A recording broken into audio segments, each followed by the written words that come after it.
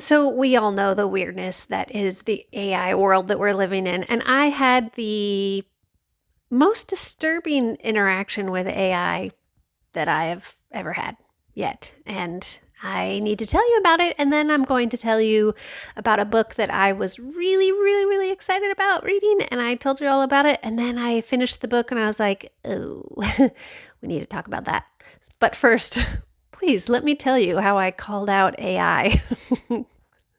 So, for any of you who don't know, if you are a YouTube creator, there is a place where you can go and like edit your videos and make changes and adjust things and, all of that stuff. So there is recently I discovered, I don't know if it's once you get to a certain amount of watch hours or subscribers, I don't know, but I within the last few months found this little thing that I could tap and like YouTube would give me insights on my channel or on a video, which I loved because normally if I'm like, how's my channel doing? And then I have to click a button here and go over here and there's like a chart and a graph and I'm like, just never mind.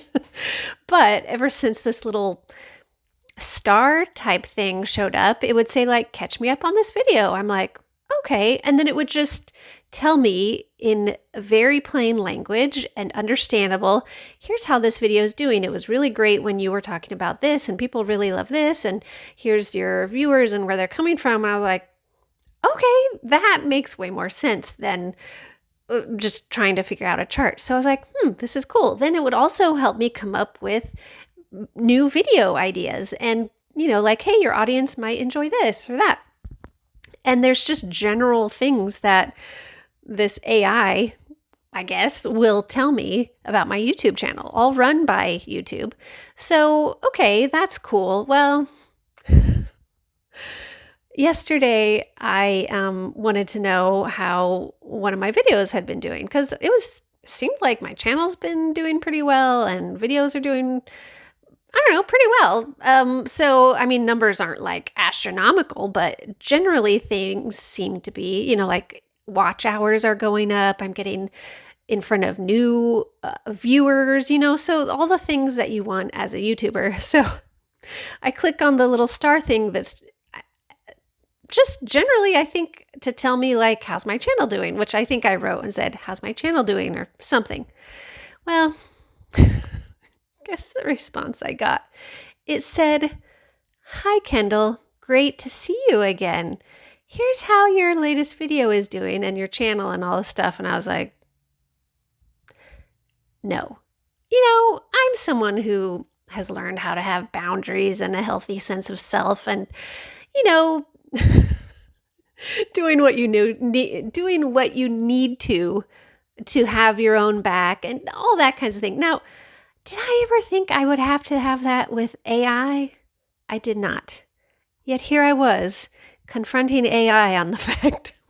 It's very ironic. I knew it was ironic as I was doing it. I confronted AI very directly, as I would have corrected a person. Not corrected, as I would have maybe called out a person that I felt needed to be called out. So after the YouTube AI tells me, hi, Kendall, great to see you again. Here's how this video is doing, and here's how your channel is doing. I was like, now, just to back up a little bit, there were little red flags leading up to this interaction that I was feeling like, this is a little weird. Like it would tell me things like, when you were talking about such and is very specific, and I'm like, you're not a person that watched my video. It's just creepy to like have things that are video based and then a non-human entity is telling me, hey, it was really great when you talked about such and used specific moments in my video. So that was already kind of weirding me out. So that has been happening for the last little while. But then so yesterday when it said, hi, Kendall, great to see you again, and then told me how my channel was doing, I was like, that's it.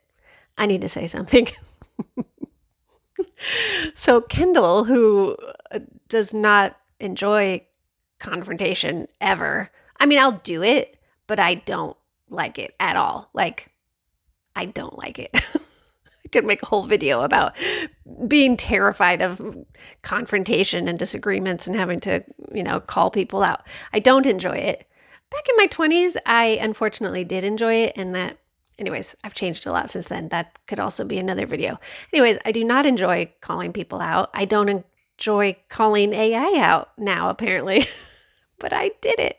I wrote, well, after I read and was encouraged about how my channel and latest video was doing, I wrote something like, you and I both know that you are not real and don't have eyes at all. So how can you say so why did you say great to see you again? Something like that. Or like, why did you say great to see you again when both of us know that you are not real and conscious and have no eyes? I called it out. I called out that non-conscious entity like a pro. And it wrote back and it said, oh, that is something I do to make things a more personable and friendly experience.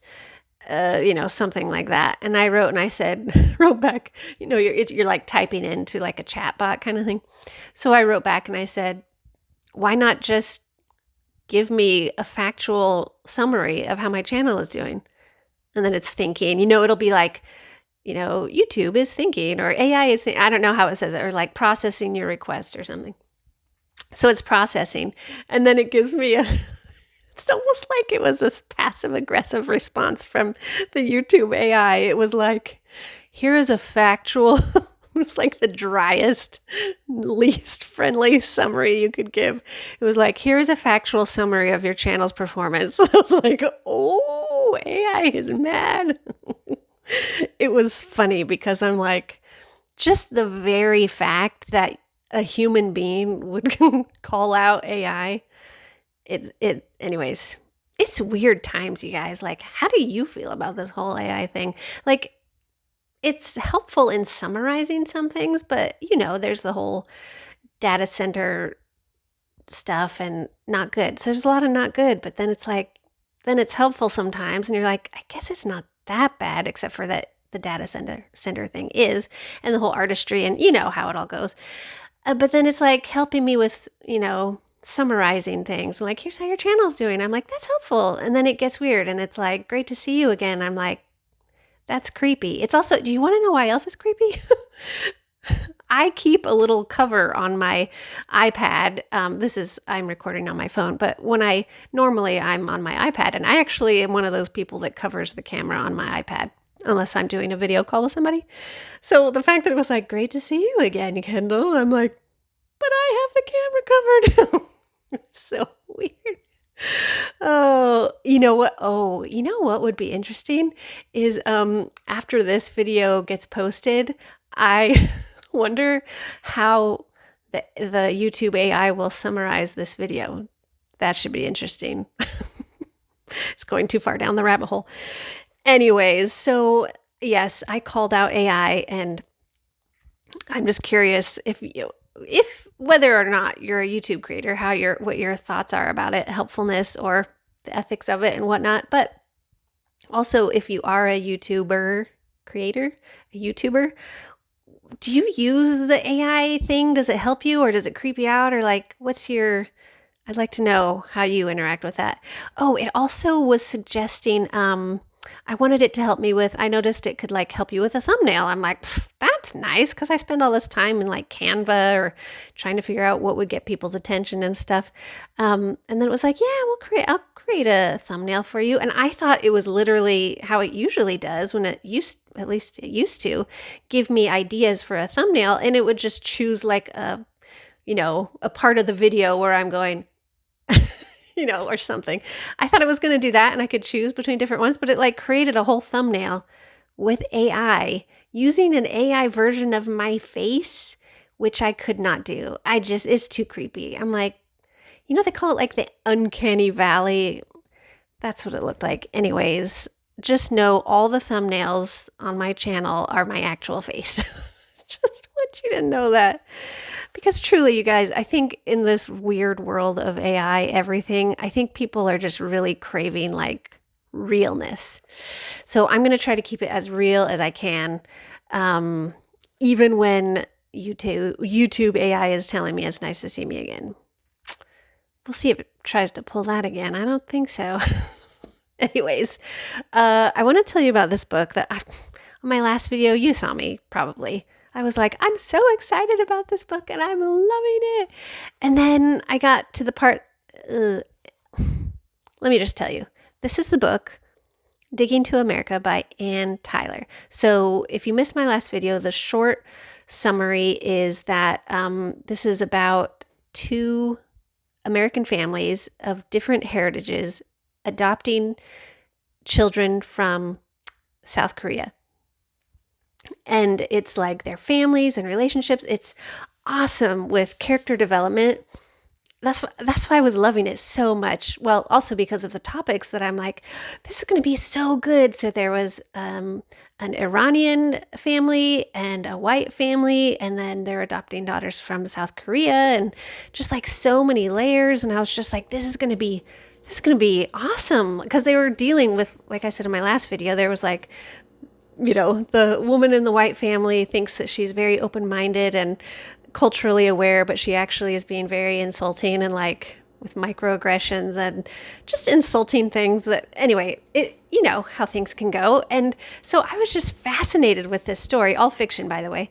But I was just so fascinated by it. And I was really excited when I realized the timeline that was happening. And I was like, oh, I think they're going to have them go through 9/11. And then that's going to be, they're going to have to deal with like the xenophobia after 9/11. And oh, it's going to be interesting to see how they navigate that and work through it. But deep down, I was noticing, I'm like, wait, Ann Tyler. And I looked up Ann Tyler. I'm like, okay, she's not South Korean heritage or Iranian heritage. So I'm like, how is she going to do this? Like, to do this topic justice without having the perspective of anyone who's of Korean heritage or Iranian heritage living in America. Like how, okay, so therein I think is where the book took a bit of a downward turn for me. I think it was like 3/4 of the way through the book. And finally they mentioned, here's the thing. I was like, we're going to watch them go through 9/11. It's going to be this whole thing. And, but they don't even describe the day. The families are talking and they go, oh, well, ever since 9/11, such and such has been different or difficult, or, flying has been a real nightmare for us because we get stopped. And even though we shouldn't get stopped and searched, like all that kind of stuff, they just briefly mention it. And then maybe one other place, I think they say like, well, yeah, since 9/11, I'm like, hang on. You have an Iranian American family and a white American family, and you're telling me this is not a conversation, or especially the way that they had built up the mom or the wife of the white family being the way that she was, thinking she was being open-minded, but actually her being quite offensive. I really thought like, well, at least from her, there's going to be, how is she going to process it? And how's that going to go? And how are they they've got to reconcile, I'm sure, but how do they work through this? But no, the main turning point in the story is that one of the people in the Iranian family starts to date one of the people in the white family. And it's like, oh my goodness, this is the real drama. And I was like, is it? I mean, you tell me, if any of you out there are either, any of you who are watching are someone who has experienced the racism and the racial issues that would be addressed in this type of storyline, you tell me if you'd be satisfied with that. Like, I can't speak, obviously, for anyone of a different heritage than me, but from my perspective, I'm like, okay, the author is white, and she's making the point that, well, the real conflict here was men and women trying to make it work. I'm like, that's not actually. So there was that. And then like the main resolution of the story is, it's not said, obviously it's not said in like so many words, but by the actions that happen at the end of the story, the message of this book from this author seems to be, you see, the white family cared more. And basically white saviorism. I'm just going to say it. It was kind of like white saviorism and diminishing actual racist things that happen to people. And also the descriptions of this was okay. I need to go back on Goodreads and change my rating because now I'm realizing like there's just so much wrong with this.